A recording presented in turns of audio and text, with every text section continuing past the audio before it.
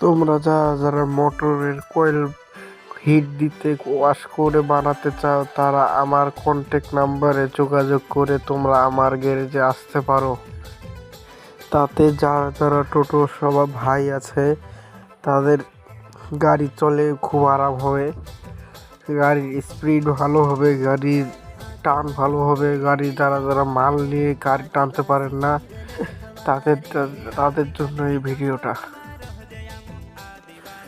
ভিডিওটা পুরো দেখে আমায় একটা কমেন্ট করে বলো যে আমার কাজটা কেমন লাগলো আপনাদের।